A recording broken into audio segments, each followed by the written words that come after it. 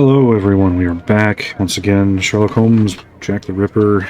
Gonna slog through at least another part of this thing. From what I saw, online, the main story here is something that could possibly be accomplished in 3 or 4 parts. So, assuming we can get through this. So when we last left off, we saw Jack the Ripper's next victim, which I believe is the last victim. I think that there are, if I remember correctly, 4 total murders that were attributed to Jack the Ripper, and then they abruptly stopped after the 4th, and I think that was the 4th that we witnessed, if I remember correctly. I do remember the cat's meat sign, so this is Richardson Packing Case Maker. This is where we were.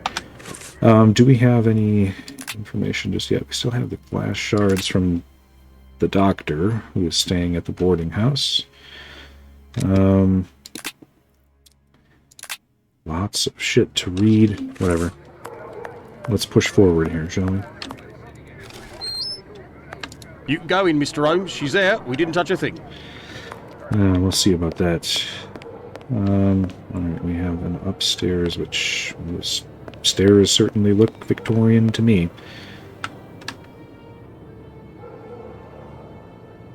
So she's outside. So either I was incorrect on this being the last victim, or maybe I'm wrong on my... It was very good of PC Chandler to let us pass. He said no one has touched the corpse. It's the perfect opportunity for us to put our skills to the test. Watson, let's not waste it. Okay, then I suppose let's do. We have a letter, note. Scrap of an envelope found at 29 Hanbury Street, London, 28 August 1888. We have an M, 2, and S. Royal Mail symbol there. Okay. A torn envelope. It smells of rubbing alcohol. It contains 3 pills. I will take one. 2 should suffice for the police. Okay, envelope near the victim's head.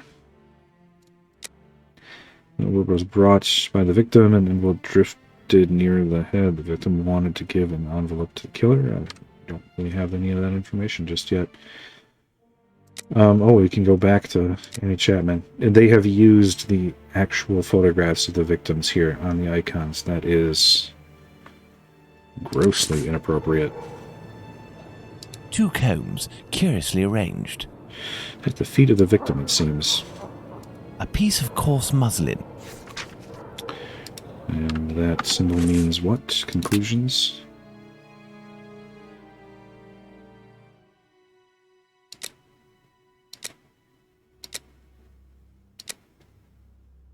Okay.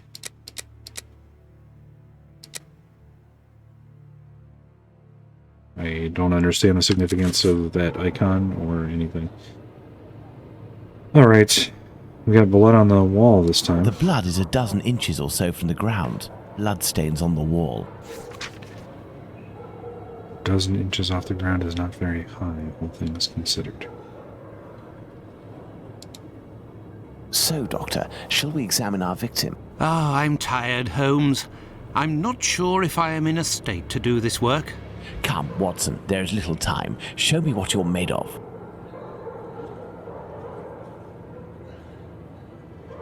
Oh, my God. Pray, Watson, pull yourself together. Very Can you sensitive, establish Sherlock. the time of the crime? The extremities of the corpse are cold and rigor mortis is beginning to set in. I would say that the murder was committed over 2 hours ago, before 4:30 a.m. Okay.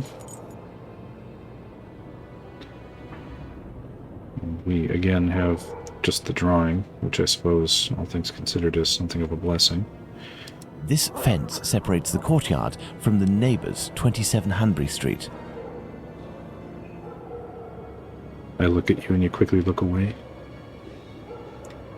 What have we here? A leather apron. This apron is soaked with water and has left a clear mark on the ground. It must have been left in water for several hours and has been there for some time. Okay. What What a stench! Nobody is hiding inside. Why? Because it smells bad? I don't know if I'd necessarily come to that conclusion. I have nothing to ask. Okay. I was going to ask how long he's been here, but okay.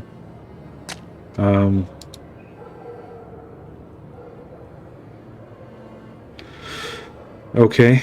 A gut pile near the head. Throat cut again. Disemboweled. Now let's look at the stomach, or at least what remains of it. It's dreadful, Holmes. Who could do that to someone? That's what you're here for, Watson. Tell me what this man has done. If you don't want him to do it again, Stomach Watson, has been do your job. entirely opened and... Oh, my God!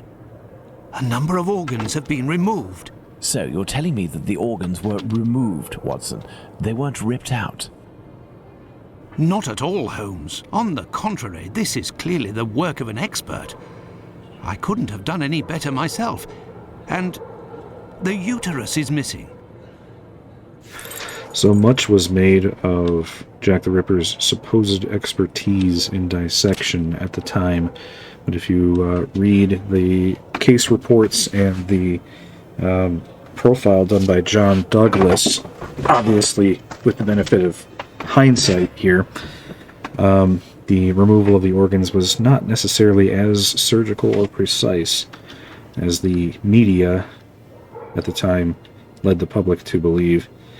Instead, it seemed to be the work that pretty much anybody who was somewhat familiar with anatomy, not necessarily an expert on the matter, would certainly have been able to do. Jack the Ripper, if I remember correctly, would be classified these days as a disorganized killer, sort of along the lines of the Green River Killer and so on, which is at odds with the media depiction of Jack the Ripper as being some cold, calculating mastermind. A disorganized killer would essentially mean that it was more... Well, I won't get into that, I suppose. But let's just say that the media's depiction of the man is likely very different than whoever he actually was. Alright, we're not quite done here. That was just the one wound. We still have, what, her hand? Looky here. It would seem he has a mark on his left hand. It would seem he has a mark on his left hand.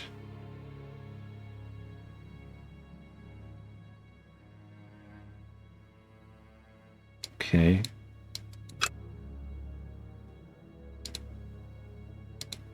The victim must have worn a large ring or several little ones, and someone pulled them off forcefully. This detail will be very valuable, Watson. You can be sure of that. Do we have any defensive indications? No. I mean, there's clearly blood under her nails, but I suppose... Is that a cigarette burn? The victim must have worn a... Yeah. Is that it? I'm not going to say anything about the wounds. I'm not going to say anything about... Okay. Alright, I guess that's it. Yep, it's green now, so I guess that's it. And Let's look at this poor woman more closely. Wounds on the neck. Jagged. Serrated neck. Look at her neck. What can you tell me? There are 2 incisions. Just as before, only these ones are more precise. And again, we have bruising. Bruise. The victim's face appears to have bruising, wouldn't you say? Under the maxilla and cheek. There is less on the right side. And again, tongue swollen. The tongue is swollen. So suffocated again. Anything else? No? Okay. Anything else?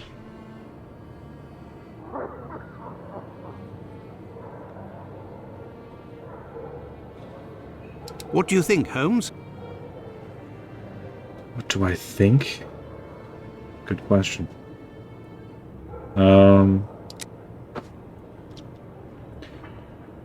This door must lead to the cellar. The latch has been recently repaired. Recently repaired, huh? Somebody previously broke in. They need to repair it. What about over here? No. Okay. We should probably talk to the neighbors and see if they heard anything. course, there are screams throughout this neighborhood day and night, and nobody seems to notice or care. Is there anything else that we missed? Oh, there's... Wait, that's the stone that we just stand on in order to switch our view. Nothing over there, nothing over there. So if I go back over here... Yeah. Okay, how do we do... Deduction... Tongue is bloated. Victim has bruises, yep, same as before. Some blood spurted on the wall near the stairs, and the blood on the fence is a dozen inches off the ground. The victim had her throat slit while lying down and still alive. The victim had her throat slit while sitting up. The victim had her throat slit while lying down and already dead. That is our MO. Murderer held the victim's chin. Let's see, so the victim has bruises under her right jawbone and beneath. So just as before, there's a thumbprint on her left. So held the victim's chin with his left hand. So this time he slit her throat with the right. It doesn't seem that way from the direction of the wounds. He's ambidextrous because he killed her with his left before. The tongue is bloated. She was suffocated. Victim was strangled. She died of... was partially strangled and then had her throat slit because we didn't have sprays of blood last time. So he botched this one. Envelope near the victim's head, I don't know. It has pills in it though, so... envelope fell during the murder. It was holding an envelope in her hands. Probably that, I suppose. Recent large scrape on the first phalanx of the middle finger. The body is cold. This is barely started. The items at the victim's feet are very orderly.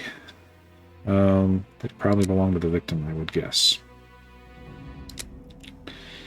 I don't know what time it's supposed to be now. Barely 2 hours ago, I suppose. Recent large scrape, so the victim struggled against the murderer and scratched, and the victim must have worn one or more rings. We know that from the description. The murderer stole the rings. The murder was committed before 4:30. We know that.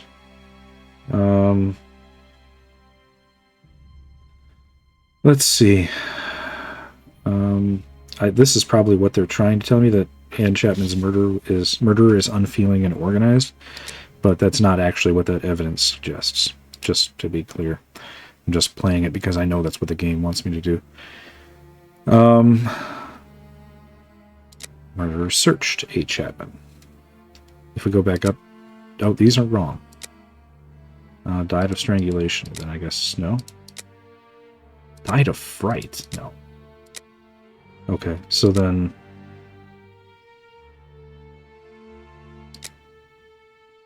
Is that not what I picked before? Did I pick the wrong one? Okay, then if not ambidextrous, then I guess he's right-handed. No. No, okay, then... That's probably that one, and then... No. No. Okay, was brought up by the victim. There we go. There we go. And last one here. Organs are missing. Incision. Wound around the neck is jerky and not all in one place. Alright, so there's an incision typo. There's an and I make this typo all the time, so that's how I caught it. There is an incision form, the right to the left. Is there really? It didn't seem like from the right to the left to me.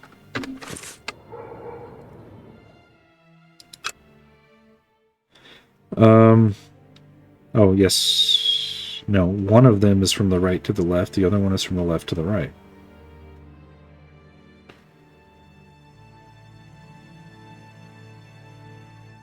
Or, okay, yes, okay, I suppose right to the left. I can see it now. Back here. Alright. There's an incision going from the right to the left, going around the neck. There's an incision on the neck from the right side, stopping in the middle of the throat. The wound around the neck is jerky and not all in one piece. The murderer used a bad knife. Or a serrated knife, but yeah. Organs are missing. The uterus was removed by the hands of an expert. A Chapman's killer used a weapon of great size. A Chapman's killer didn't use weapons. A short, supple blade. Probably this. Drew marks on her neck. Wanted to remove the glottis. Wanted to decapitate her? No. Drew marks on her neck. What is that even supposed to mean? Okay, so I guess he didn't use a bad knife. That's not a sharp blade. Those were very jagged. No, those were very jagged marks. That was not a sharp blade. It was a serrated knife or a dull knife. And from the looks of it, a serrated knife. Uterus was removed and taken. A. Chapman's killer has a knowledge of anatomy. A. Chapman's killer lost the uterus, went at it with a fury. I suppose this is the conclusion they want me to come to, but as I mentioned, that's not necessarily at all the case. And I guess that's that. Conclusions. Do we have anything new? No.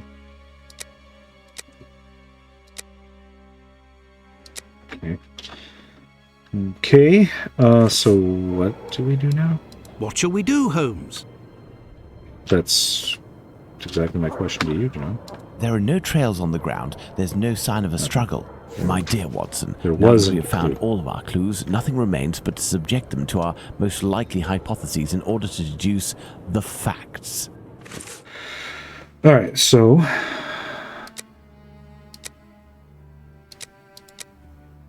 neither footsteps nor streaks of blood on the ground. The killer blurred the traces. The victim wasn't dragged. Yeah, the victim wasn't dragged. She came willingly. Murder took place on the premises. I hear a noise coming from the street, Watson. The authorities are arriving. It's time for us to go. Now we have to go back home. Holmes has been locked away in his room for days, always saying the same things. I'm thinking, Watson. Very good, Watson. As you wish, Watson. But I am thinking too, so much so that I can't sleep. Annie Chapman. Good Lord. Okay. I take it we need to analyze the pill we found, but there's a compass and eraser, gum eraser, pencils with erasers. That seems odd for the time. And a little curved scribe there. I am a big fan of this writing desk.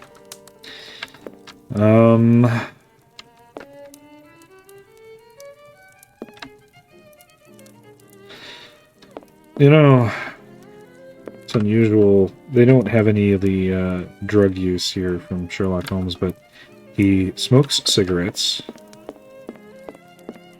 pipes, and snuff. I definitely saw snuff here last time as well. Alright, I guess it's up to us then. We're going to analyze the Holmes bottle. examined the broken jar that belonged to Finley's tenant. I wonder what this substance is. I don't recognize the odour. Formalin, Watson. This jar contained formalin. Interesting, don't you think? I've been waiting for something for days. Just the tiniest bit of news that would make sense of this whole matter. But there's nothing, neither from the press nor the police. Unless Inspector Aberline is holding on to some information without realizing its importance, which is quite possible. It is time for you to return to the police station in Whitechapel, Watson. And didn't you tell me that you had a matter to take care of it? Take advantage of it to learn more about this pill and its contents. Ah, but Holmes, it's late, and spending another night in this district is hardly my idea of entertainment. I know, Doctor, but we don't have any choice. Time is against us. Take your pistol in case you run into any troublesome characters. Oh god. Fine, as you wish, Holmes. Do I have to do the same combat sequences as before? I don't want to. Okay. Right, we're going back. We're doing this thing. 11th, 12th, 1888. Good evening. I hope I'm not disturbing you. Is that a Not at all, child Doctor. with a beard? This man, Mr. Richardson, is a witness to the horrid affair at 29 Hanbury Street, the murder of Annie Chapman. We are discussing the relevance of his testimony.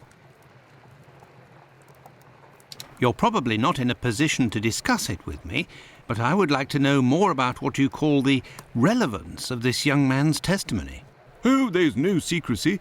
It's simply that the testimony given by Mr. Richardson doesn't match the time of death given by the coroner, Dr. Phillips. What was the time of death, according to him? Before 4:30 in the morning. All right. Seems he got that right. My conclusions were the same. Were there any other conflicting testimonies? Well, 2 other witnesses summoned at the preliminary inquest gave testimony, but in these cases too, the times don't match. Do you remember what it was they said? I didn't question them myself. A colleague of mine took down their statements on paper, but on deciding they were of little use, he tore them up and threw them in the bin. Cool. Good There's cop no work. point in being bogged down with useless paperwork. Oh, sure. Yeah. Definitely the right. I mean, we don't want we don't want information or anything. Goodbye, Doctor. We got to be careful about that. All right.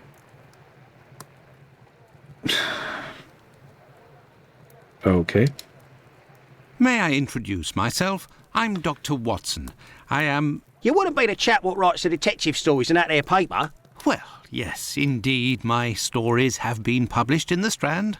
Go blimey, wanna tell me old mum? It would seem your testimony is the subject of some debate. Could you tell me what it was about? They'll be telling I'm a bit befuddled about the times that I told them. But it can't be so. I knows what I sees and what I don't sees that morning. What did you see, or what didn't you see? And at what time, would you say? I'll tell you this for nothing. It's me old mum who lives at the house where the body was found out back in the garden. She has her shop at the bottom to the right of the stairs. Her door was broken down not too far back because it's a real zoo it is. Right, the morning it happened, I head that way to see if me old mum has finally had the place broken into. It was 4:45 when I got there. That I'll swear on me dear old mum's life. I had a look round to see if the cellar had been taken. No.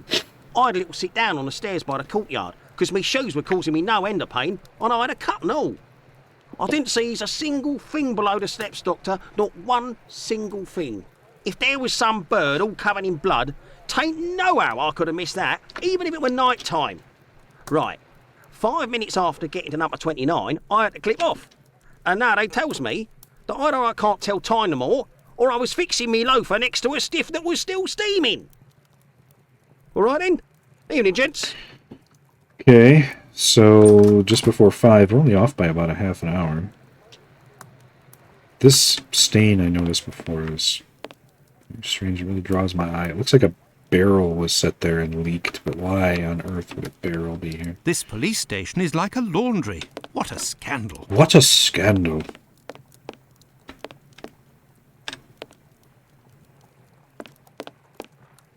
Look, a suspect description.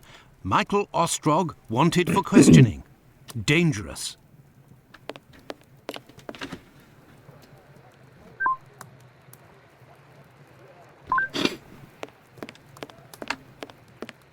Okay. Okay. Closed. Odd, I can't just wander around the police station. Yes, Doctor? So, how far along are the investigations into these 2 recent murders? Everyone around here believes both crimes were committed by the same man. But as for the Hanbury Street and Bucks Row crimes, nobody has heard or seen a thing. By the way, have you heard of a Dr. Tumblety? No. Is it important? Yes. Well, no, maybe. Actually, I don't know. I have heard about this man, his frequent nocturnal outings and bizarre behaviour. What does this chap look like, Doctor? And where can we find him?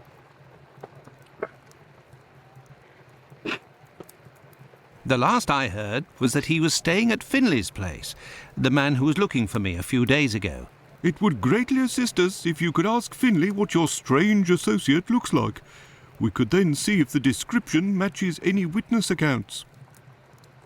I will Okay. take my leave, Humphreys. Goodbye, Doctor.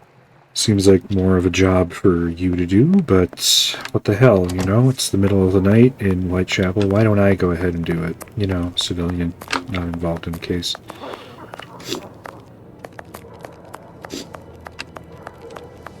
It's not like you get paid to do it or anything. What are you sweeping this time? Oh, you're back to just sweeping. There is a strong smell of gas. It seems to be coming from the abandoned building. The abandoned building, eh?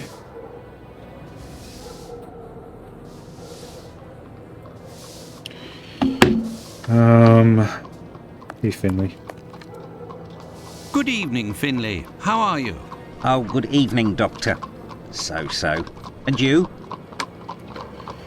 Formalin is It smells formaldehyde. of gas here. You might say, Doctor, without wanting to speak ill of the force, I have to wonder if the police are up to something. What do you mean? Well, I was outside yesterday evening when the light went out at my place, and a gas smell came from the abandoned building across from my place. And a minute later, the police arrived and was snooping all around like it was them who hit the gas before arriving. Okay. Anyway, yeah, formalin is formaldehyde. It does indeed have a strong, distinct odor, but I also find it hard to believe that Dr. Watson wouldn't know Have the things smell. sorted themselves out with your strange tenant? Unless Don't he's talk had about it, Doctor. That man the is worst medical truly training even bizarre. by He goes to the most 19th century sordid standards. locations once night falls. 3 days ago, my wife told me she saw him coming with blood-stained clothes and a fearsome look. Interesting. What does he look like, and how old is he? Oh, he's my age, give or take, so the other side of 50. He's always dressed in a striking manner with an American hat. He's big, close to 5'11", I'd say. He has a strange voice, not just his accent, see, his voice. the fuck is an American hat? Very well. Goodbye for now, Finley. Goodbye, Doctor. Is that the old Uncle Sam hat, Now then, top hat with let's go stars to the and police stripes? station. Okay. I'm gonna go back to the police station. I feel like there's more to be investigated. There is a strong smell of gas.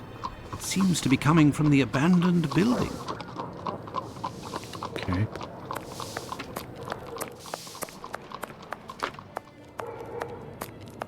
What are you?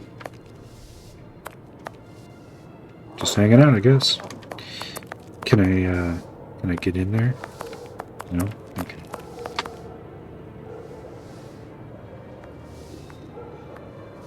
Don't look at me like that. Don't gesture emphatically in my direction. Alright.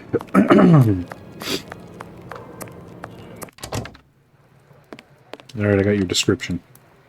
Yes, Doctor. Tumblety is a man around 5'11", about 55 years old, extravagantly dressed and with a rather distinctive voice. He boards at Finley's. You should know where that is, as the police were there only yesterday. Their arrival coincided with a strange gas leak. Ah, yes, I know where you mean. Indeed, there was an odd affair with the gas. It was rather unsettling.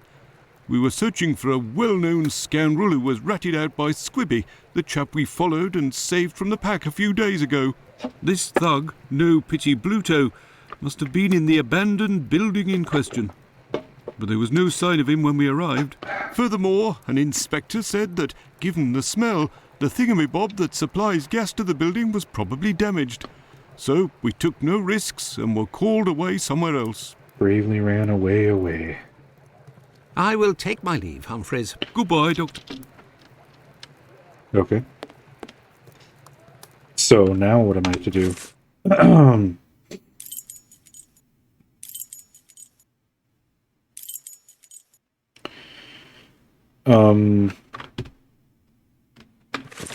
Don't know. Can I go home?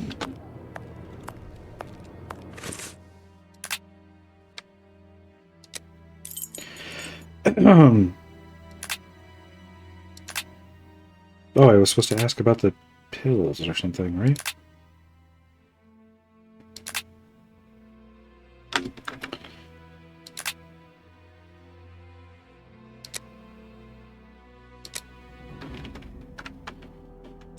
Okay.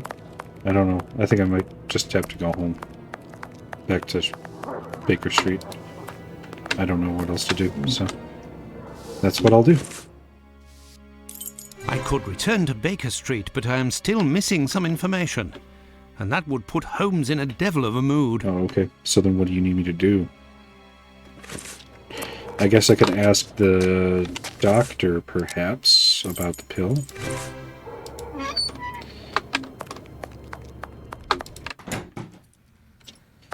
Hey there, Gibbons. Good evening, Dr. Gibbons. Dr. Watson. Let's see. The cane. Did you keep the cane we spoke of last time? I was going to sell it tomorrow, would you believe, having not heard word. So... Okay. Do you have any formalin here? No, definitely not. They have it in university hospitals to conserve anatomical specimens in jars. But in a little clinic like mine, we don't keep anything but bad memories. All right, then. Well, farewell, Doctor. Goodbye, Dr. Watson. Sounds like I need to go I pick must up... retrieve Sickert's cane at all costs. Right, so I should go get those harnesses, I guess. Isaac Solomonovich.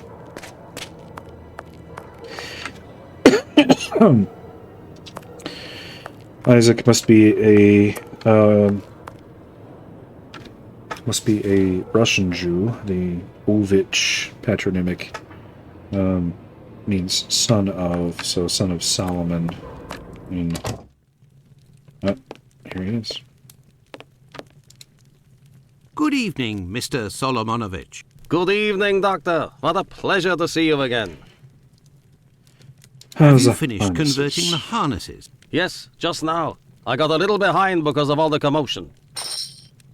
Okay. What commotion? Don't you start. 3 days ago, the very afternoon that you passed by, there was a chase throughout the neighborhood. Hundreds of people were chasing one man, claiming he was responsible for the murders these last few days. Schmonz! It was awful. I hope those maniacs didn't catch him. Better the police should. Ah. Tell me, did John Pizer turn himself in to the police? Things unfolded as they should. Look in the newspaper, the Daily News from today. Okay. Farewell, Isaac. Goodbye, Doctor.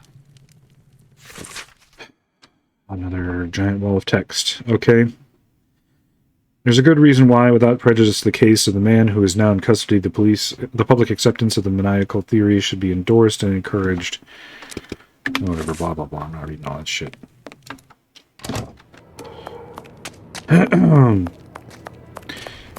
Hey, Gibbons. Got your bondage gear. Yes, Doctor? Oh, Well, farewell, Doctor. okay. Goodbye, Dr. Watson. I have your things. I must retrieve Sickert's cane at all costs. So do. You have the harnesses. What? Oh, I need to select it. That's right. Hey. Yes, Doctor?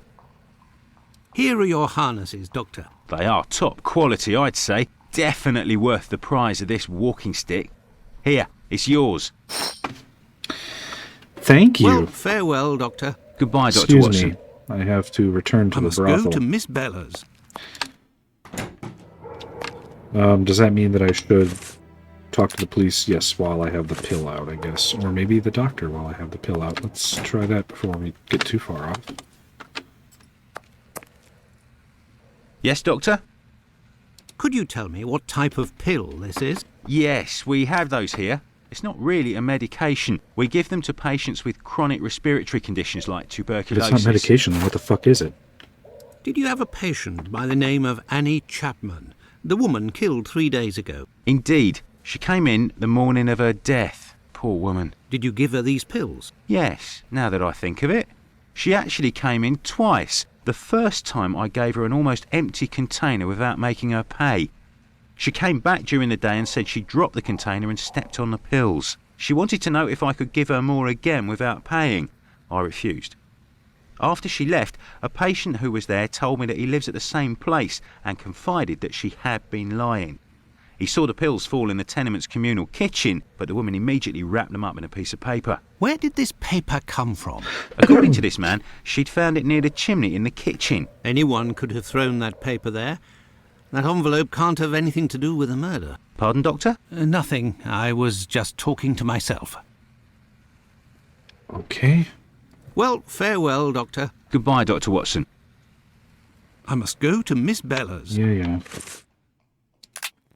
Well, the pill is gone, so that was apparently who we were supposed to talk to about it. Through the brothel. Hey. Getting lonely out here? Can hang out with you for a while if you want. You want to talk about hobbies? You like fishing? I like to color. Did you hear that horse? What color do you suppose that horse is? It sounds like a black horse to me. It's dirty out here. They should get somebody with a broom. Gotta create a welcoming environment for customers at the brothel, you know? I suppose that's your job, isn't it? To welcome the people. I'll leave you to it.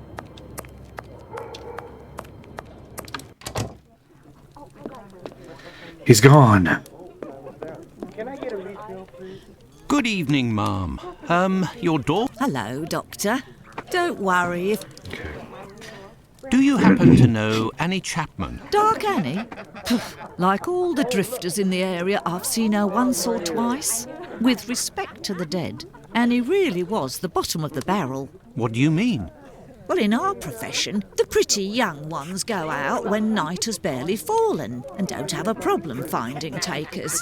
But poor girls like Annie or Polly Nichols, who aren't as tender and are often sick, sometimes trudge around for a whole night in the cold and the rain before landing a client. And that doesn't help their appearances either. They don't have much choice about paying for a bed for a few hours, a glass of gin or a hot meal. How terribly sad. That's the price of survival in Whitechapel, my Yes, angel. how sad. One of our Quick, girls let's knew do Annie nothing for about some it. Time. They bought some jewellery on the black market, I think. Jewellery? How could Annie Chapman That did have not say possibly black market, afforded did it? jewellery? Luxuries for a woman are always I wasn't paying relative attention to the her subtitles, condition, but that did not Doctor. say what she said. As a matter of fact, it was real cheap junk. Annie got 3 assorted brass rings, I think.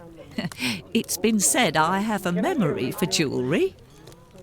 Right. How is Lucy keeping? She's doing well, Doctor, but believe me, it won't last. Rare are the girls who can build a future in our profession. Very well. I shall let you get back to work, Ma. See you soon, my love. Good. Let me go back there. Yes, that's not what she said. Oh my god. Oh, Jesus. Oh, man. I can't. Just take the fucking cane. Just take it. You're still there, Doctor? I found the cane that was stolen from your client. Here it is. Doctor, you are a real saint, I can see that. I'll finally be able to present my bill to this damned painter. If by chance you see him, tell him that a little surprise awaits him here. You told me you would give me some information on this Dr. Tumblety. Agreed. He's a Canadian or an American. He parades from time to time through the neighbourhood in a 50-guinea suit and acts like a doctor.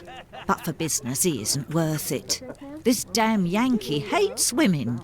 The few times that he was approached by the girls, he spit on them, all the while hurling insults. It would seem that he was hunting for the bad boys. He's looking for trouble, that animal. Does he frequent any pub in particular? Aye, the Wasp's Nest on Burner Street, I think. A seedy spot even by our standards. Okay. Very I well. remember I seeing shall that let you before, so... get back to work, Ma. See you soon, my love.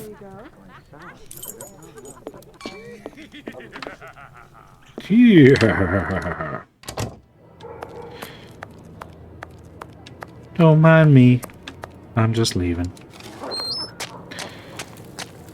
Okay.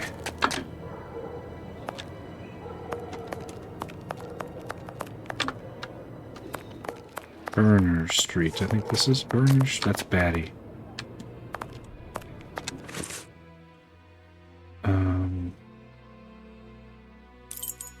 There it is. The Wasp Nest. The Wasp's Nest. This pub looks even more disreputable than the Golden Lion in Baker Street. Oh, well, you know, not everybody can live in the fucking high-walled gardens there, Doctor. Is that meant to be an American hat? There's the artist, though. We can tell him about his cane. Hey, buddy. Good evening, sir. Well, I know you. Why, we met at Miss Poolman's the other day. So you've come to slum it in Whitechapel, eh? Okay, I guess I can't tell him Do about his you cane. know Dr. Tumblety? A Canadian or American chap. Quite an extravagant dresser. Frequents this pub now and then. Are you intimate? No. What do you mean by What do you that? think he means, John? No, nothing. Nothing at all. I just wanted to prove my discretion concerning this man. In so much and so far as I know him.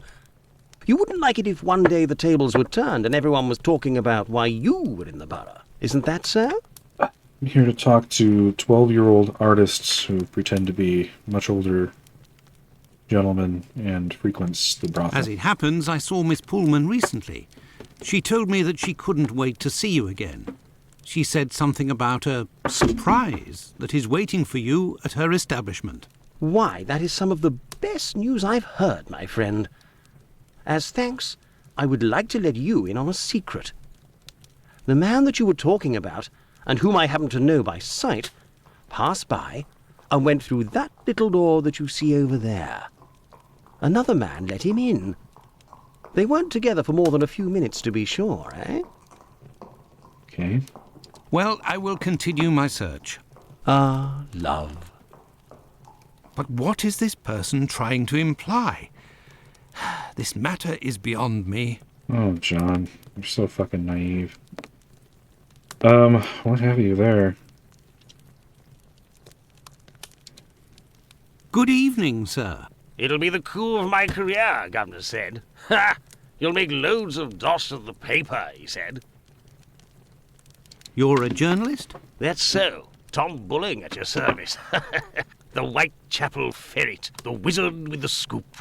You don't appear to be in a state to write anything, my friend. You're mistaken. Whiskey passes through the blood and turns into ink. Simple. You see, mugs and inkwells are all the same.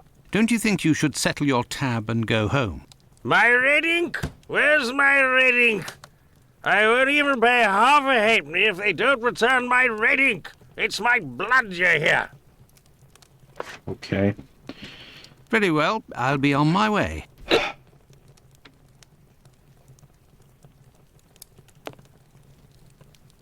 Should I even bother asking them if they saw him go into that door? Oh, whatever, I'll just go and do it. Hey, you can't go in there. It's private. Got it? No. I don't speak English, I'm sorry. Red ink. This is the sink where the barmaid puts the glasses to soak. Look, red ink. What's that doing here? The bottle is closed. There must still be some ink inside, and it looks like a glass. The barmaid must have put ink into the sink by mistake. Right. Do I get in your way? Me? If you'll excuse me, sir. Whatever you say, dude. I've been recently informed that I've come to Whitechapel armed. Just thought you should know. You're the best. Oh, I probably have to... Very well, I'll be on my way. There. You're the best. The boss told me. I found your red ink, my friend. You should settle up and head home. Thank you, my friend, thank you. The spring-heeled phantom will be revived. I'm trying not to skip the dialogue because I don't want anyone to... Well, I don't want to miss anything, but I also... if you're watching, I assume you want to see the game, but I'm probably going to start skipping dialogue. Oi, what'll it be to drink, Gav? Greetings, my good man. Could I have a pint?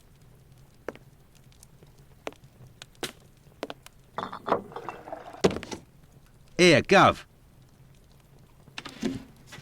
I've been told that Dr. Tumblety might be found around here. Is that so?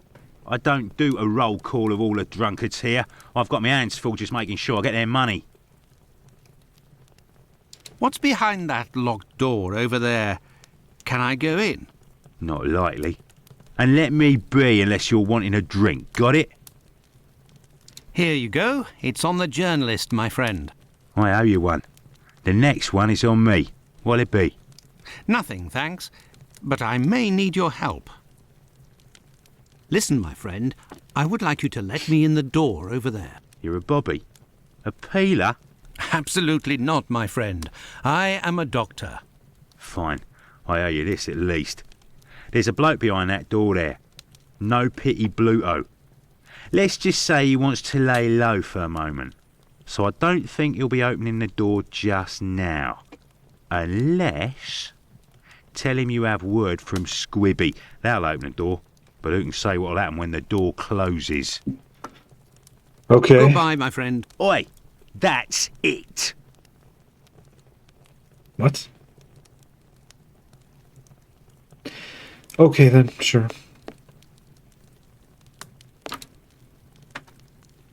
Let me in. I have news from Squibby. But stay calm. And who are you?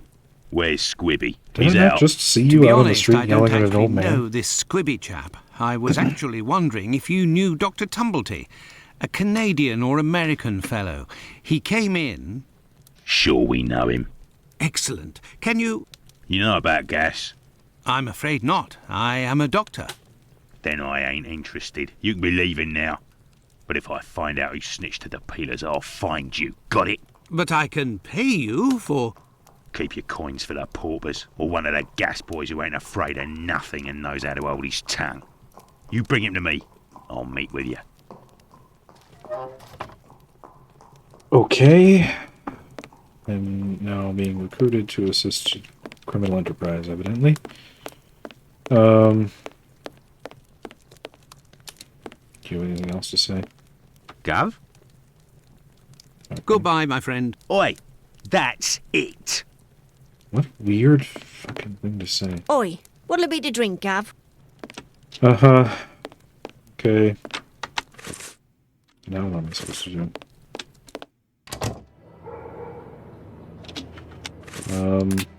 I have no items. I suppose I go to the police and ask them if they know any gas people or something. Police station, boarding house, this is lodgings. Nothing. I guess I go back to the police station. I don't know what else to do. Yes, Doctor. Or not. I will take my leave, Humphreys. Goodbye, Doctor. Okay, what about Finley?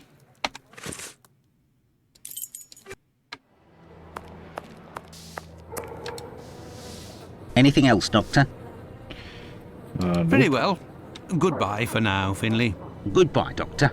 Okay, do I return to the brothel and witness the fallout of my... Oh, maybe Lucy knows. Where is she? Oh, she's not in her window.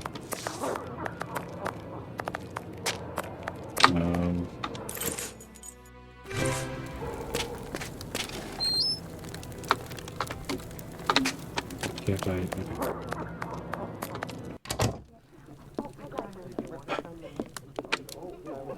You're still there, Doctor?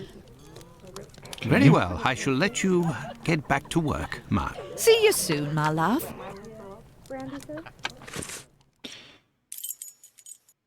The Doctor and Isaac.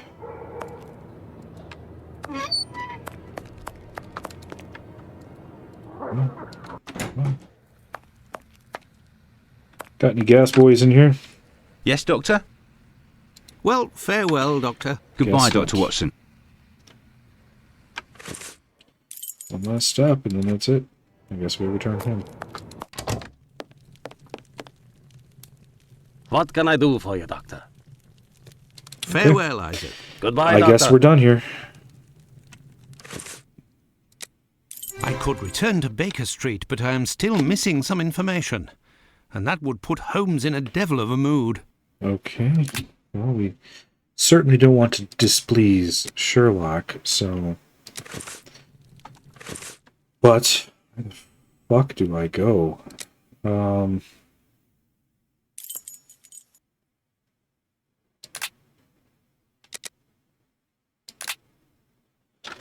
King Chapman's ring's worthless. Okay.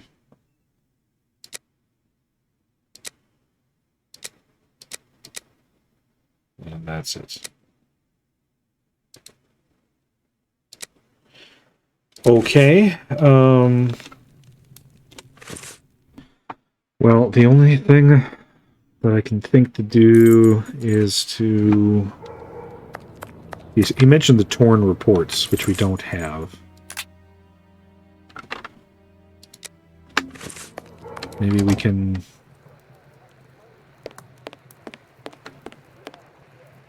Yeah, here they are.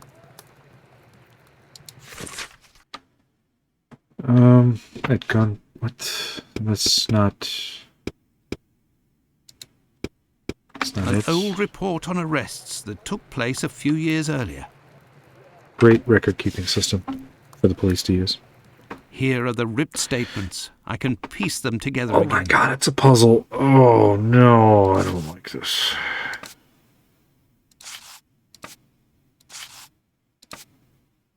Can I... Okay, I can rotate them, I guess. No, reset or close. Oh god.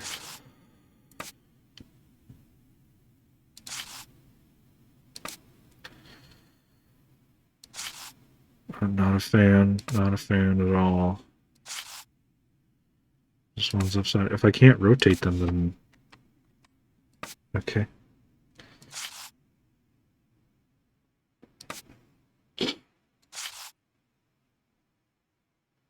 That's clearly a middle piece.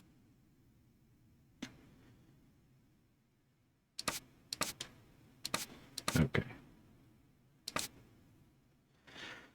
We gotta get organized here.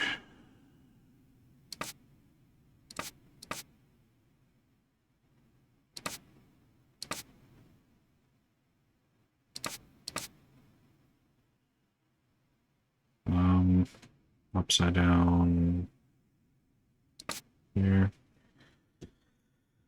Okay.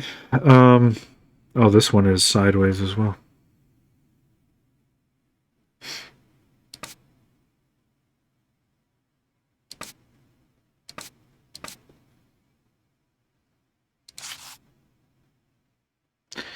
This looks like it should fit if I rotate it, but I can't rotate it. Oh, I can rotate it. Never mind. Alright. Now that I know I can rotate them. Are there like 3 of them?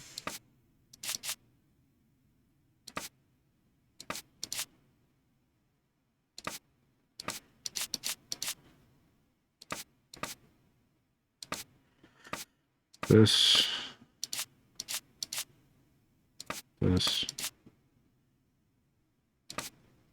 That's not it.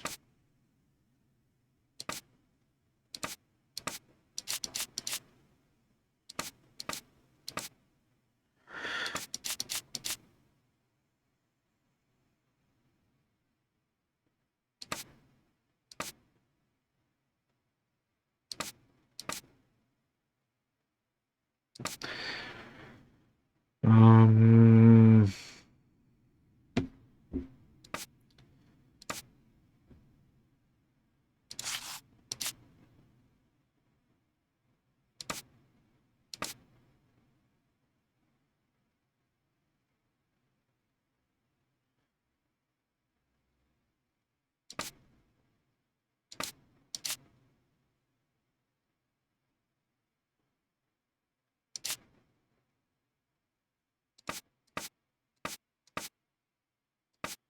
Nope.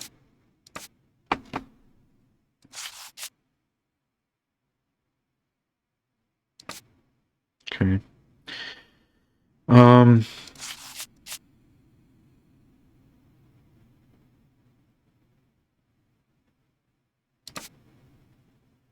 These don't go together, but these two do. These don't go together. No, no, no. Okay. Next we got this. No. Looks like it might go. Nope, doesn't go there. Doesn't go there. There we go. And there we go. All right.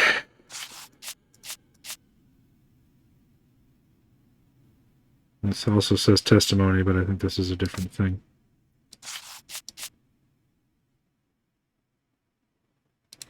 All right, I gotta move some of these off to the side here so I can focus on pieces that actually match, like this one. Come here. Okay. No.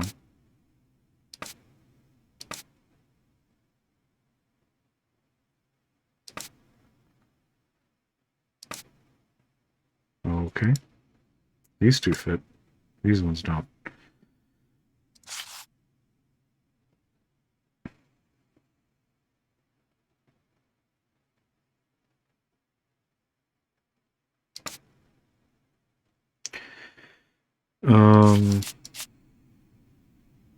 No. Yes.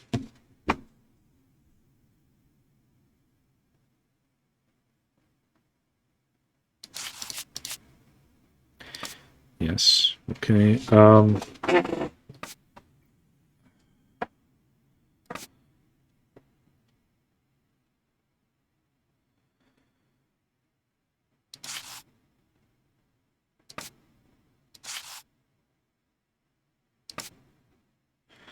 Testimony of E. Long.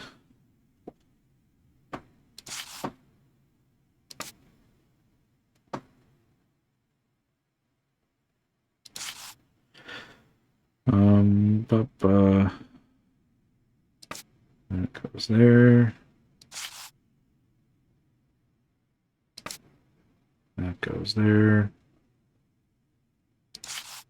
That goes here. This goes here. Okay.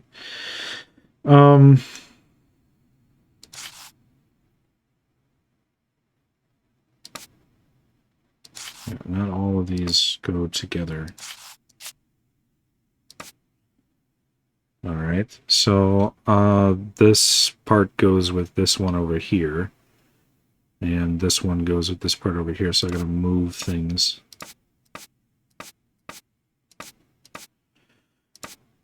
Here, here, here, here.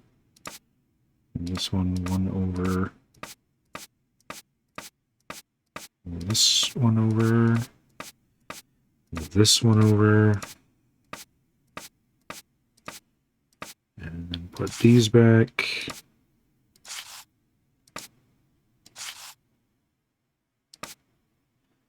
And there we go. There, all done. Holmes couldn't have done better himself. Okay. On the morning of the murder, the witness left her domicile at 32 Church Street at approximately 5 a.m. to get to Spitalfields Market. She was passing down Hanbury Street at about 5:30 a.m. The witness was certain of the time, as she declares that she heard the clock at the Black Eagle Brewery on Brick Lane strike the half hour just before she entered the street. In front of 29 Hanbury Street, she saw a man and a woman talking. It should be noted that the witness identified the body of Annie Chapman at the morgue as being the aforementioned woman. This identification was solicited by our services. The man was seen with the victim is described as the witness as follows: at least 40 years old, a little taller than the woman with whom he was discussing, approximately 5'3", brown deerstalker hat, dark coat, a doubt at this point, a doubt on this point.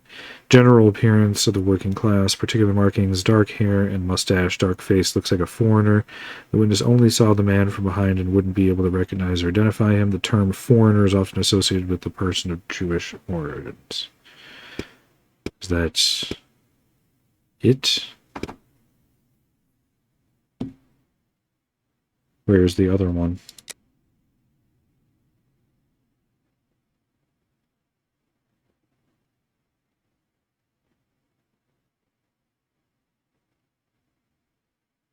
There's no... Wasn't there 2 testimonies there?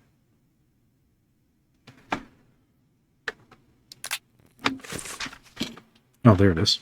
The witness resides at 27... Okay, so that is the neighbors. The building adjoining number 29 of the same street, and the 2 respective backyards are separated by a wooden fence, tall and thin. On the morning of the murder, the witness got up at 5:15 a.m. and went...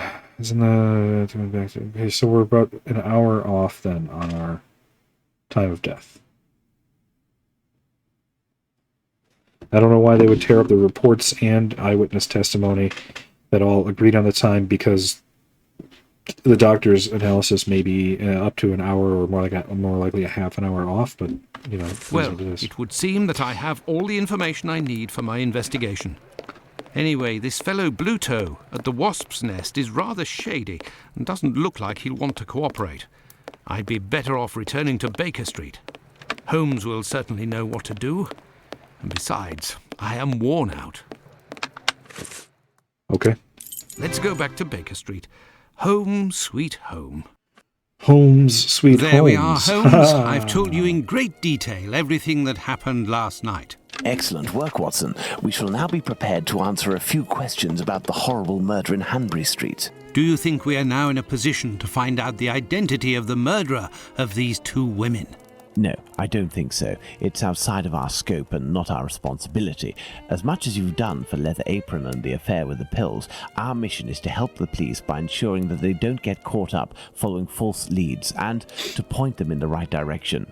Let us start from what we know with some certitude. As you have just said, it is almost certain that the same person killed the Bucks Row and Hanbury Street victims. The reason to assume as much are numerous, and I shan't elaborate here. What do these 2 victims have in common? They have the same profession. Well, I don't know if that's necessarily true, but I get that's what they're going for. It's true these 2 women were in the same profession, but... Indeed, Watson. These 2 women were both prostitutes. That is of vital importance, Watson. My memory from your examination of the scene is rather hazy. Didn't you say something about the killer's frame of mind? I was talking about the victim's possessions that were placed on the ground and the rings missing from Annie Chapman's fingers. This killer is a cunning predator, comes from a rather humble background, and shows steely self-control in carrying out the murders. Something is puzzling me, Holmes. Richardson's testimony contradicts the time of death given by Dr. Phillips, which also matches my own, 4:30 a.m. And yes, we shall confirm that, Watson, and attempt to determine the precise time of death. In order to do that, we will need to place everyone involved on a timeline. Only after that will we be able to place the knife symbolizing our killer. Let's look at our timeline, Watson. Okay. You're like 6 inches shorter than me, John.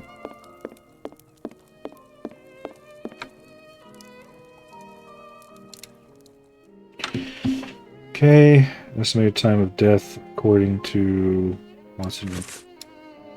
Why? Let's put the time of death as assessed by Dr. Phillips on the time. The assessment of the time of the murder given by Dr. Phillips and yourself, Watson, 4:30 a.m.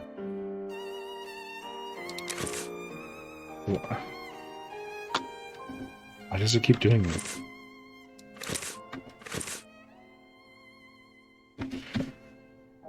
Sherlock We and left the Watson. station at 6 o'clock, and it took us 20 minutes to arrive at Hanbury Street.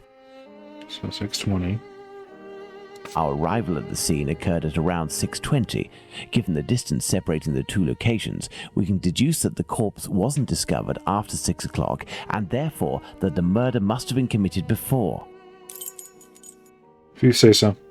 I can't actually do anything with the rest of these. These just go back to the documents, so I guess that's all we can do with the timeline for now.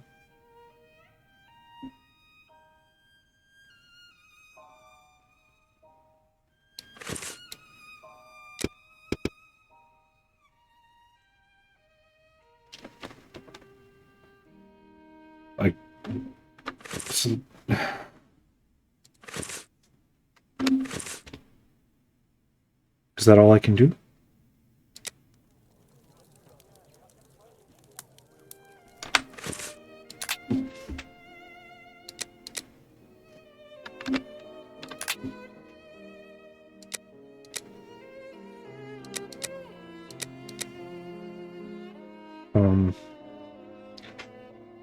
Okay.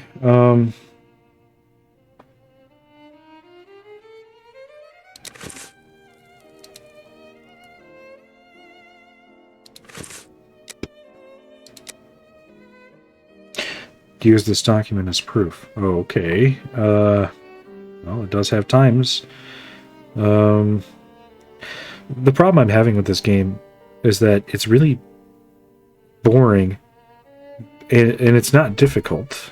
It's that it provides no guidance along the way. I'm just struggling to figure out what the next thing they want me to click is. That's all. This is like all of the worst parts of Sherlock Holmes Chapter 1 with none of its redeeming qualities, except for the fact that it doesn't include the terrible combat. Alright, on the morning of the murder, the witness got up at 5:15 and went to the yard where the latrine was. It was then 5:20 a.m., and going back into the house, the witness heard the voices from behind the fence coming from number 29. The only word that he understood was no. He went into the building again, but returned to the yard approximately 4 minutes later. Thereupon he heard a noise as if something fell against the fence. He then departed for work. When he passed in front of the Spitalfields Church, it was approximately 5:32 a.m.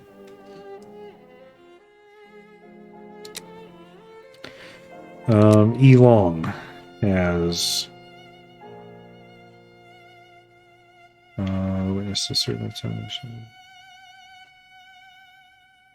Okay, use this as proof.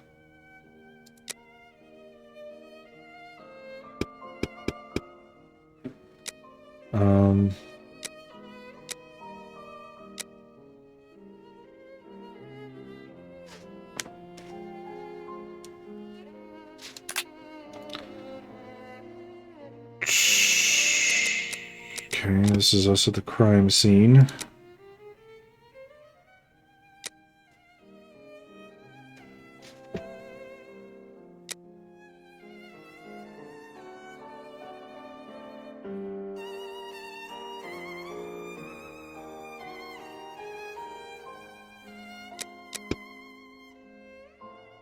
Wasp Nest Pub. There he is, Richardson. Okay. There we go. All right. Miss Long sees a woman speaking to a man. Now, for the most important part, the testimony of Miss Long. She claims to have seen a woman speaking to a man near 29 Hanbury Street sometime around... What time, Watson? 5:30. Let us assume, therefore, that Miss Long's testimony is, as is most certainly the case, true. She places her meeting with the victim at around 5:30, claiming to have heard a clock chime on the half hour at the moment when she enters the street. And Richardson now, arrived let's at put the quarter Richardson's to... arrival and departure times on the timeline. 4:45. And he leaves... Now, let's put the Richardson's arrival and departure times on the timeline. He said about 5 minutes later. Despite the great respect I have for Dr. Phillips and the value I place on our friendship, my deepest conviction is that both of you are mistaken and that Richardson is in the right and that these 2 testimonies put down in writing have real worth. But how? Explain yourself, Holmes. Remember how you assessed the time of death? You touched the fingers and body of the victim, but it was remarkably cold for this time of year.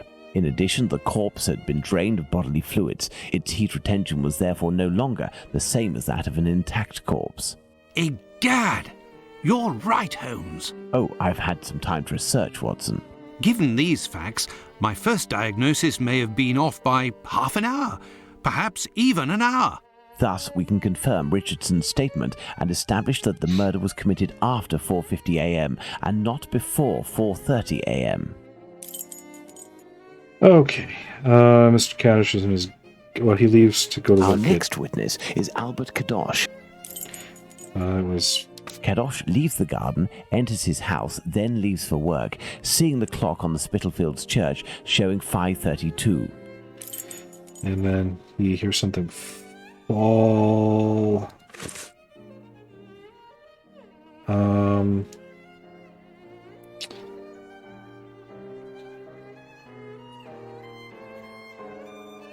4 minutes later, so 5:24. Let's place this symbol that represents Kadosh on the timeline. Kadosh goes back down into his garden approximately 4 minutes after having left it, and hears the sound of an impact against the wooden fence. Let's place this symbol that represents Kadosh on the timeline. Albert Kadosh goes down into his garden at approximately 5:20, and on re-entering his home, hears voices in number 29's garden. Excellent, Watson. All our people are now in place. Yes, but Holmes, Miss Long claims to have seen the victim at around 5:30. But according to Kadosh, someone, most certainly the victim and her murderer, was already in the garden at 5:30. Excellent observation, Watson. It must be noted, however, that these 2 witnesses, Long and Kadosh, saw the time shown on the clocks in the area, which are often inaccurate and went by their empirical and, in this case, erroneous estimate of how much time had passed. Thus, neither of these 2 times can be considered reliable. Do you mean to say that these 2 testimonies might match? Indeed, let's put Miss Long's meeting with the victim at 2 minutes before 5:30. Let's add Miss Long's meeting with the victim at 2 minutes before 5:30 a.m. Mr. Kadosh claims to have passed by the Spitalfields church at 5:32, which, given the distance from 27 Hanbury Street, would mean he was still at home at 5:31. Let's therefore put the end of his testimony at 5:31.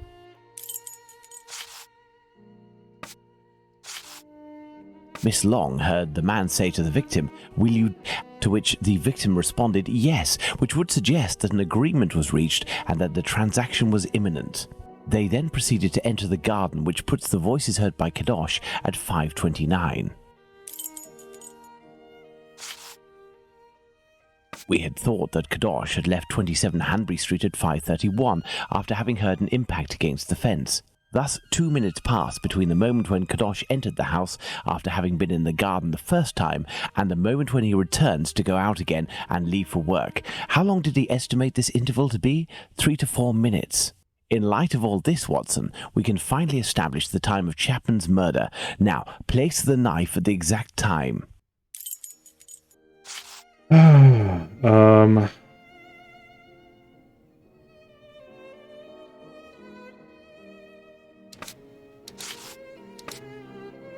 Would be 29, 30. What?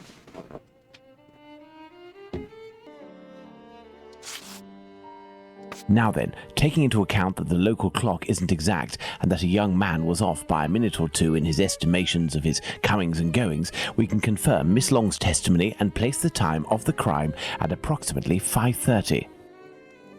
But in that case, Holmes, the man that Miss Long saw is none other than... That's right, Watson. It was the Whitechapel killer. To think that Miss Long and Kadosh were only a few feet away from him. Indeed, Watson, had Miss Long passed just a little closer to the victim and her assassin, or had the young Kadosh popped his head over the fence out of curiosity, the killer would most certainly already be behind bars.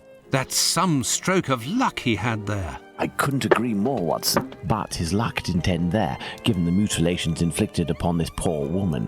What must be considered above all is the killer's obvious wish to remove one and only one specific organ. His surgery pinpointed the exact spot, avoiding superfluous incisions. This suggests the man possesses at least a minimal anatomical knowledge. Are you suggesting a doctor or a butcher? Perhaps, but the possibilities are still too broad to conclude with any certainty. Now for the motive. Despite my almost complete lack of practical experience on the subject, I have a rather precise idea of the usefulness of a uterus and a vagina. Nonetheless, once they are separated from their usual envelope, I am more circumspect as to the uses one can make of them. What do you think, Watson? We need a board, Watson.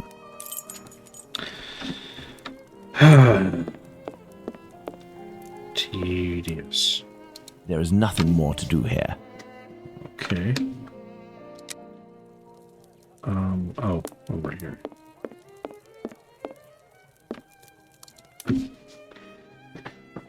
Alright, we can open the possible motives of the crime. In the medical university environment, students easily have access to a number of specimens. Perhaps it was intended as a study specimen. I have little faith in that theory. Hardly anything was taken from the Bucks Row victim. No indication would suggest any type of ritual.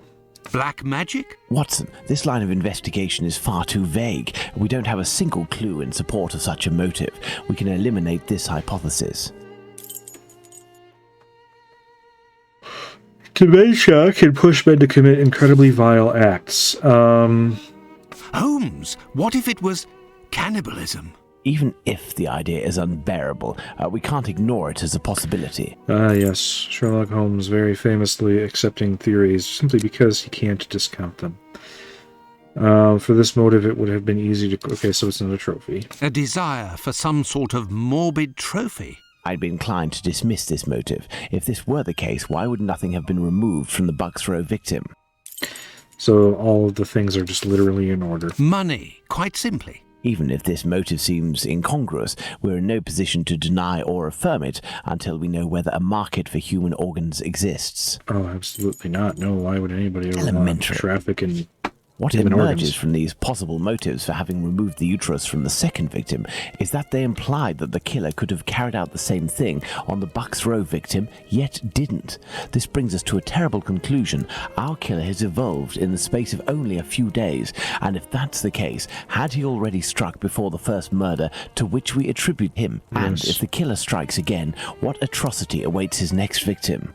We have to stop him, Holmes. We shall do our best. This recent business of jars filled with formalin and of the American doctor might be a lead. Watson, inquire among medical circles to ascertain if there is a black market for human organs. The chances are slim, but this must be pursued. Very well. What about you, Holmes? I will send word to Inspector Aberline regarding our recent conclusions. I should also like to become a gas man and pay a visit to Bluto at the Wasp's Nest. Understood, Holmes. I think one of my old university colleagues who works at the London hospital will be able to help me. I shall write him a note at once. He should be able to see me during the day. Afterwards, shall we meet here? Yes, Watson. See you later, and good luck. They seem terribly I naive. must get to the London hospital, where my old university colleague works. They seem terribly naive for 19th century, especially when one of them is literally a doctor. I mean, there's been a trade for human organs as long as there's been humans, but, I mean, especially in this day and age, trafficking corpses for medical research. I mean, even Da Vinci did the same thing. Nothing against Da Vinci or anything, just saying. It's a thing that has been known to happen. Alright, I guess we go here. To the London hospital, quick. To the London colleague hospital. agreed to meet me here in one of the London hospital rooms reserved for students.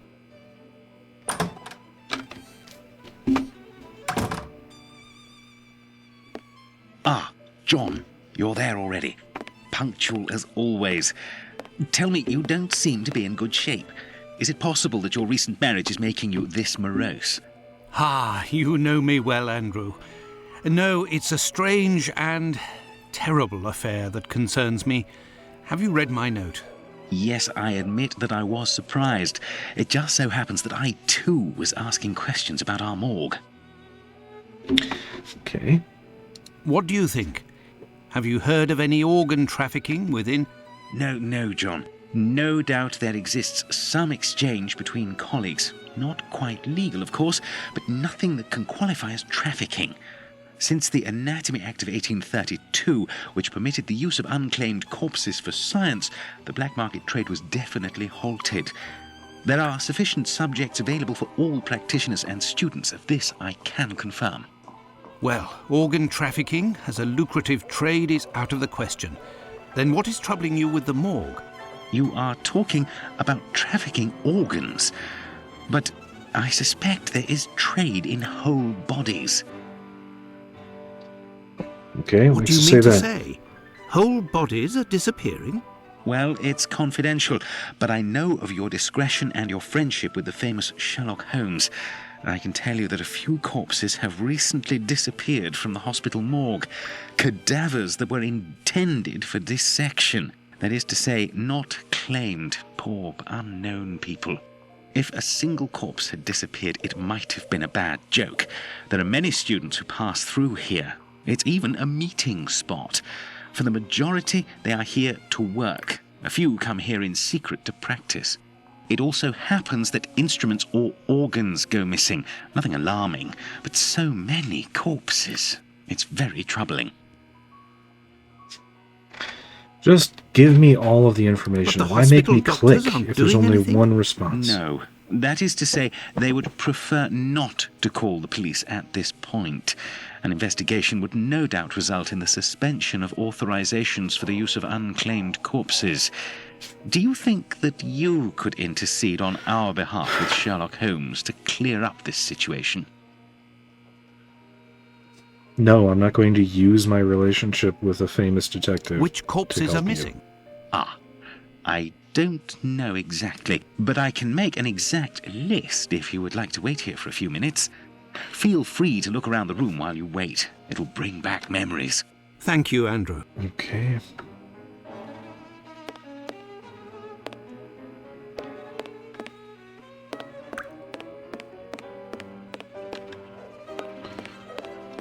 It's here that students come to carry out their experiments. This rag is full of grease. It certainly wasn't used for a dissection. Was someone doing some mechanical work here? These wheeled trolleys are very handy for laying out surgical instruments. Is it meant to be just several jars full of teeth, I wonder? The last lesson must have been about the human heart. And for a class of beginners, I expect, as this diagram is rather rudimentary. Lamp shading.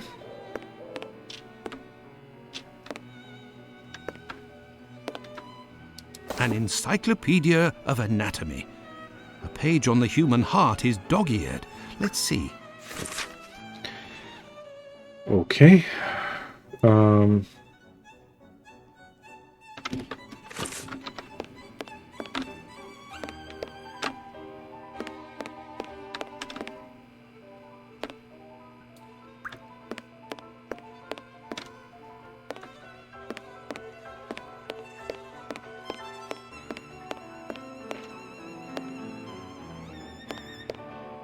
Is that it? Oh.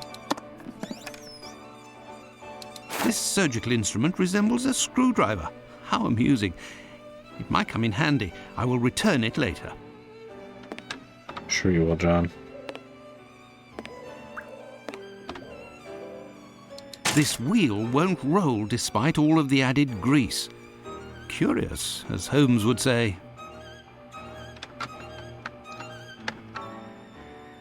This wheel won't roll despite all of the added grease.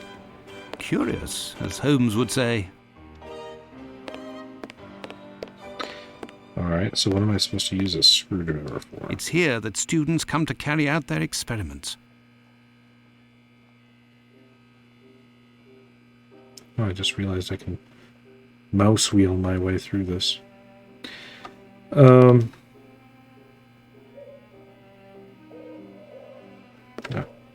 There is a heart in this jar.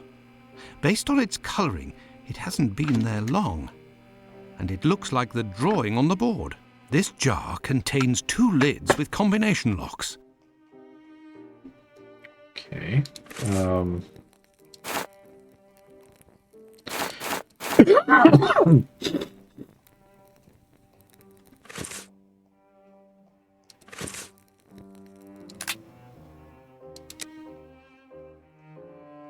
Use this document as proof, okay.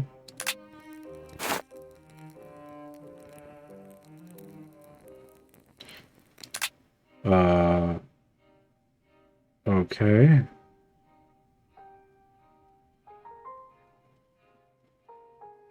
Am I supposed to choose another document?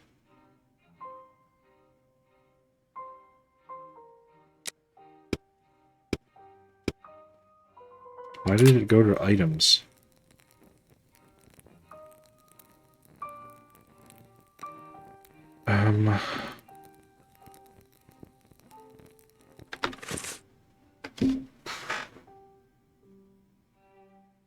I must have missed a note. Because none of these other notes have anything to do with any of this, so... There must be another note that goes with this puzzle somewhere.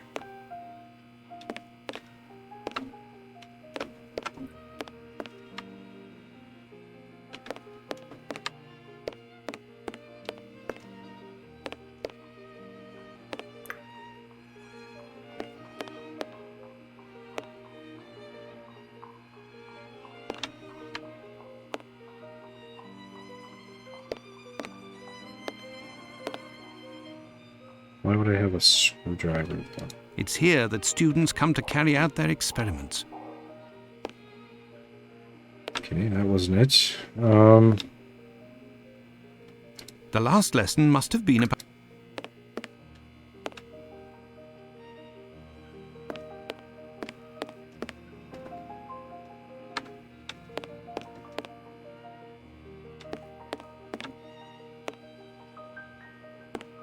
Oh, now that I have the surgical instrument out, can I fix this? A message? I'll be... Why the devil was it hidden here? Possibly... Okay, well this definitely An old goes... prescription. Poor child, so young, yet terminally ill. Strange, someone scrawled something. Part of it is in Latin. These are instructions, it would seem. There is a heart in this jar. I know. This jar contains 2... Yes, it goes with this.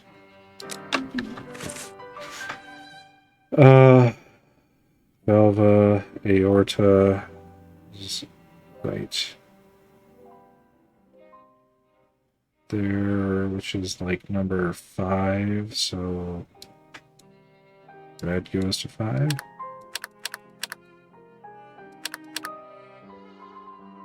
Vena cava superior is number 1, so blue goes to 1.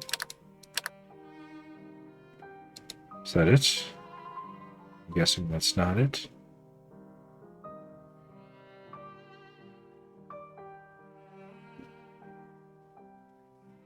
Why would there be these 2 other things here? Truncus pulmonalis is up here at 2.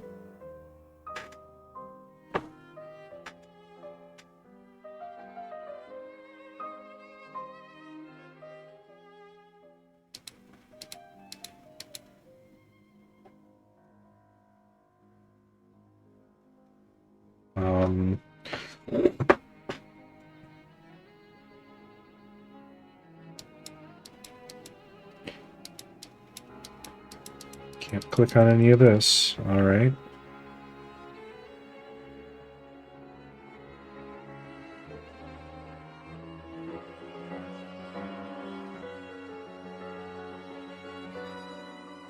Atrium, sinistrum.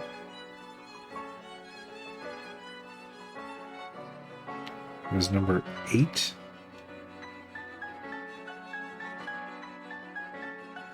So is it supposed to be like 1 plus?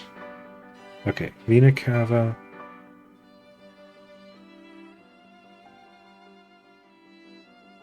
Is it supposed to be like 1 plus 8? Or, okay, hold on a sec.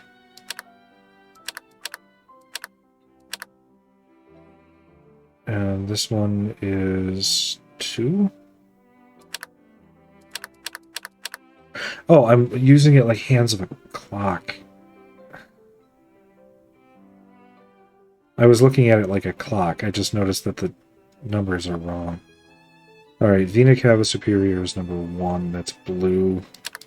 There. Valva Aorta is 5. Look, there was a bit of paper stuck between the 2 lids. 6. Okay. Now the atrium sinistrum is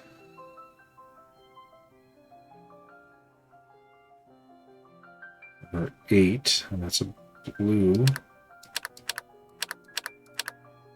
And Corpus pulmonalis is 2. Yes. Incredible! Someone has hidden a magnet in this heart. But to what end? That took me much longer than it should have to realize that the numbers on the dial were not actually a clock. Okay, now I got a magnet. We had a number 6, and number 6 is black. Incredible! There is a magnet with a hook behind this pane of glass. I am in need of something. Incredible! I am in need of something. Okay. Magnet.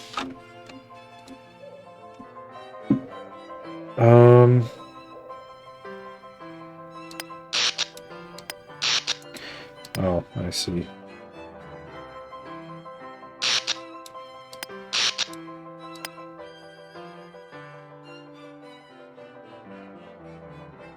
Scheme of operation, but we don't exactly have steady hands. Damn it.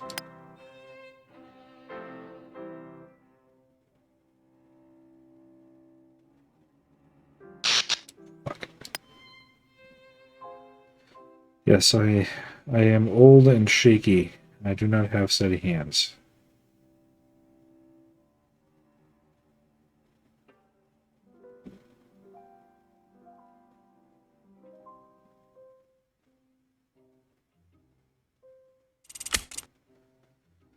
Hook. There, all done. Holmes couldn't have done better himself. Okay, but what's the hook for? Oh, there's a hole. Did I say that before? Or maybe he was talking about the hole that I used. Oh, okay, never mind. A hole? I can make out something inside, but how to get it out? I will need a hook.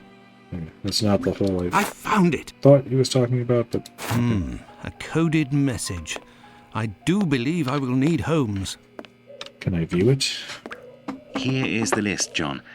The missing corpses are those of a woman, 40 years old, beginning of August, another, 55 years old, 2 weeks ago, and recently, a young woman.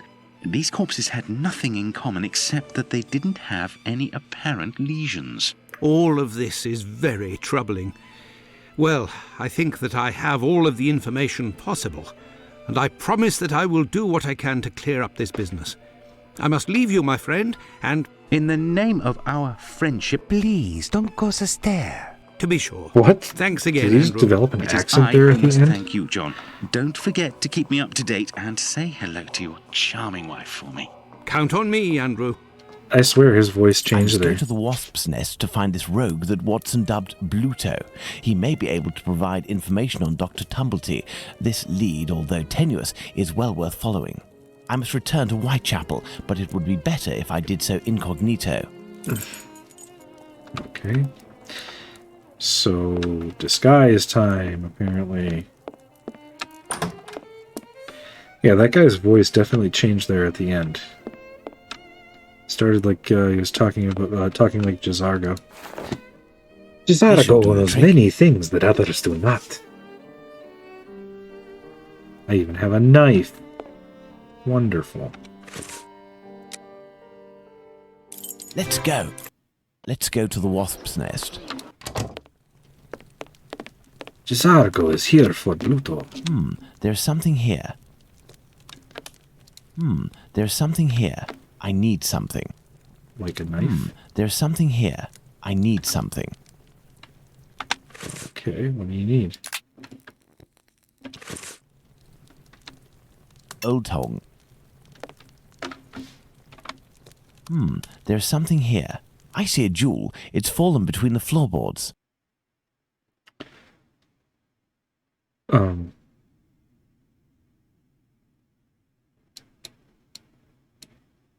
It's one of those slide puzzles.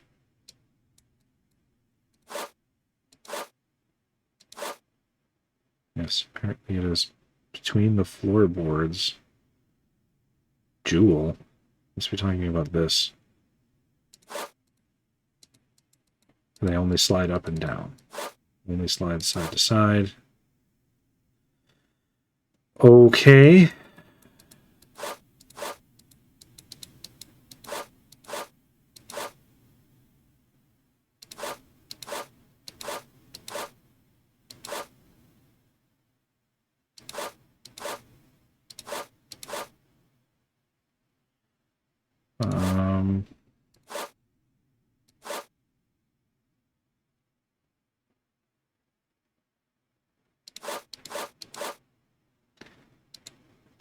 Some of them only slide up and some of them only slide over. This is one of the ones that slides up. Okay, now that I get the picture here, let's start her over. I assume that this is what I'm looking for, and I'm trying to slide this out this way. That's my main assumption here. We need to slide this down, this over, this down, this over, this down, this over. That's not tall enough. We need to actually slide this one down, so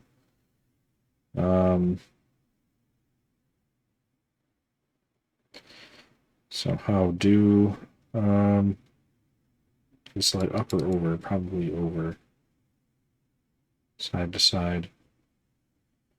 Which means that we actually need to go back and make a little bit more room. This way, move this up. Move this up. It's not quite high enough. Okay.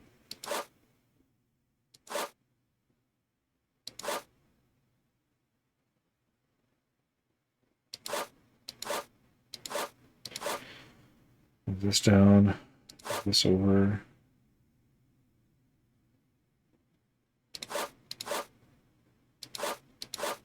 Not quite gonna do it.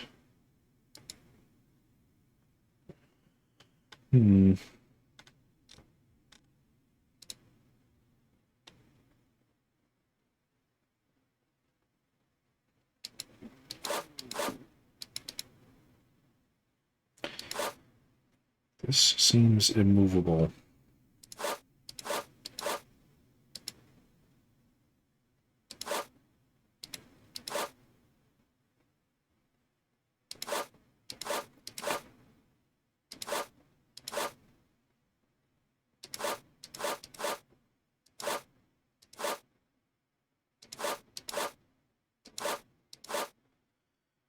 Okay. Now we need to move this back up, this over, this down, this over, this up, this back, this over, then this down, this down. Nope.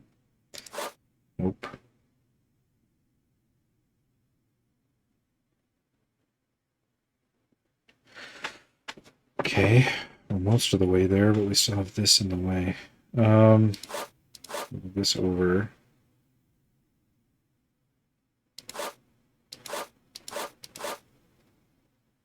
That is stuck.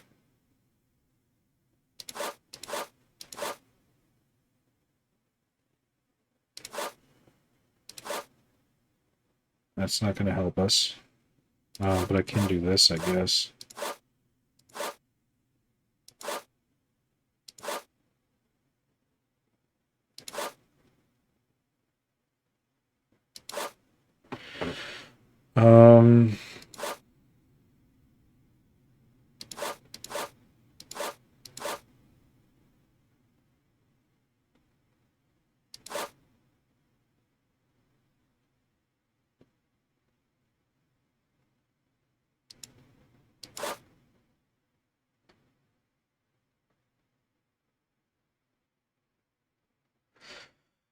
Oh boy.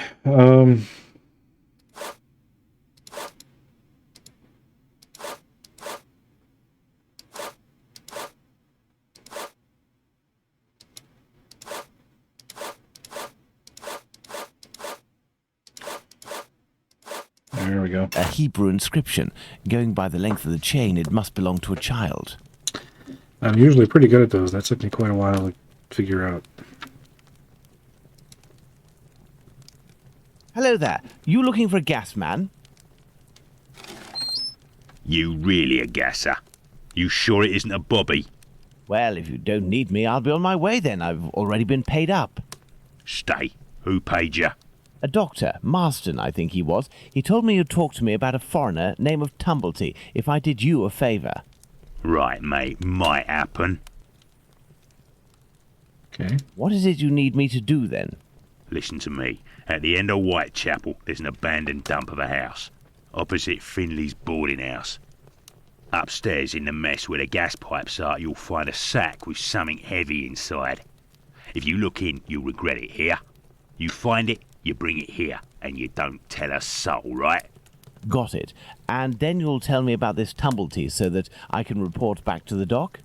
Yeah, doctors know people. And since you is here, it's because he'll move mountains for his American. Me, I don't know much. But you can tell him that he'll have to talk to Squibby. He seems to know lots about plenty. When you come back with a sack, I'll tell you what he needs to tell Squibby so that he snitches on the yank to him. Believe me, mate, it's as explosive as 10 miles worth of gas in your damn pipes. Okay. Right then, I'm off. Go. Give me some air. All right. I could arrange for the police to come down here and arrest this thug, but he seems pretty tough and would probably be a lot less cooperative than if I play along. It's best I handle this myself, including meeting the mysterious Squibby. Okay, then I guess we're returning to the boarding house and checking out the abandoned building. That will be the next part, so I guess we'll see you there. Take care, have a nice day, and see you on the next one.